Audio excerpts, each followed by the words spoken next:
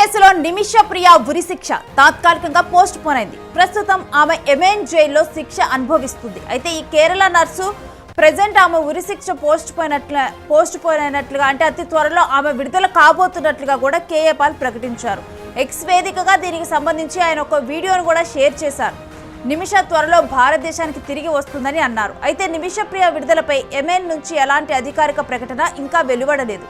మరోవైపు ఆమెను కాపాడటానికి కేంద్రం అన్ని ప్రయత్నాలు చేస్తోంది. నిమిష ప్రియ విడుదలకు సహకరిస్తున్న భారత ప్రధాని నరేంద్ర మోదీకి యెమెన్ నాయకులకు ప్రత్యేక కృతజ్ఞతలు తెలిపారు. మనం చూసాం, కుటుంబం ఒప్పుకోలేదు, గవర్నమెంట్ ఒప్పుకోలేదు. వినండి, గొప్ప మిరకల్స్ దేవుడు చేశాడు. We want to thank God.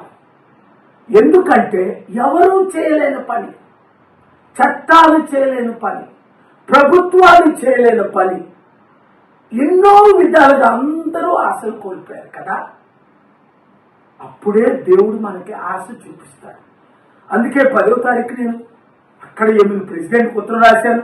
12వ తారీఖు ఇమీడియట్ గా కాల్ వస్తే చైర్మన్ గారితో ఇక్కడికి వచ్చేసాను. 13 నుంచి కంటిన్యూ మీటింగ్స్.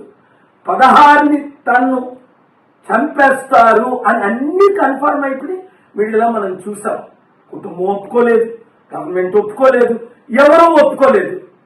అప్పుడు దేవుడికి ఏడ్చుకున్నాం కదా, ప్రార్థన చేశాం కదా. మీరందరూ ప్రార్థించారు. ముస్లిం లీడర్స్, మీరు అక్కడ ఉన్న క్రిస్టియన్ లీడర్స్, హిందూ లీడర్స్ అందరూ ప్రార్థించారు నిమిష ప్రాణాన్ని కాపాడడం కొరకు.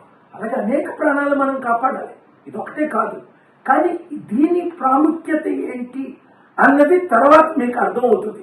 ఇది ఎట్లా జరిగింది అన్నది మీకు తర్వాత అర్థమవుతుంది, ఇప్పుడు కాదు.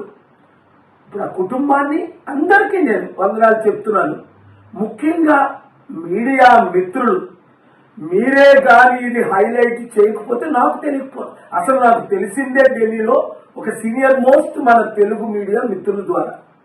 వారు చెప్పిన తర్వాత అయ్యో ఇంత అన్యాయమా, ఇన్ని సంవత్సరాల తన జైల్లో ఉంది, ఎవరు ఏమీ చేయలేకపోయారా, కోర్టులు ఏమి చేయలేకపోయాయా, అయితే దేవుడా నువ్వు చేయగలవు కదా, నాకు ఎంత మంచి సంబంధాలు మీరు ఇచ్చారని.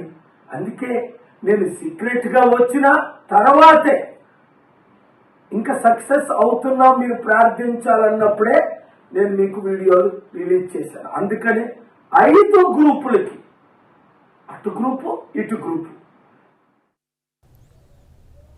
జూలై 16న నిమిషకు విధించాల్సిన ఉరిశిక్ష వాయిదా పడింది. కేరళ గ్రాండ్ ముఫ్తీ షేక్ అబుబాకర్ అహ్మద్ అప్పటి నుంచి విదేశాంగ మంత్రిత్వ శాఖ యెమెన్లోని స్థానిక అధికారులతో నిరంతరంగా చర్చలు జరుపుతోంది. సనాలో జైలు శిక్ష అనుభవిస్తున్న నిమిష ప్రియకు సాధ్యమైనంత సహాయం అందిస్తున్నట్లుగా వెల్లడించింది.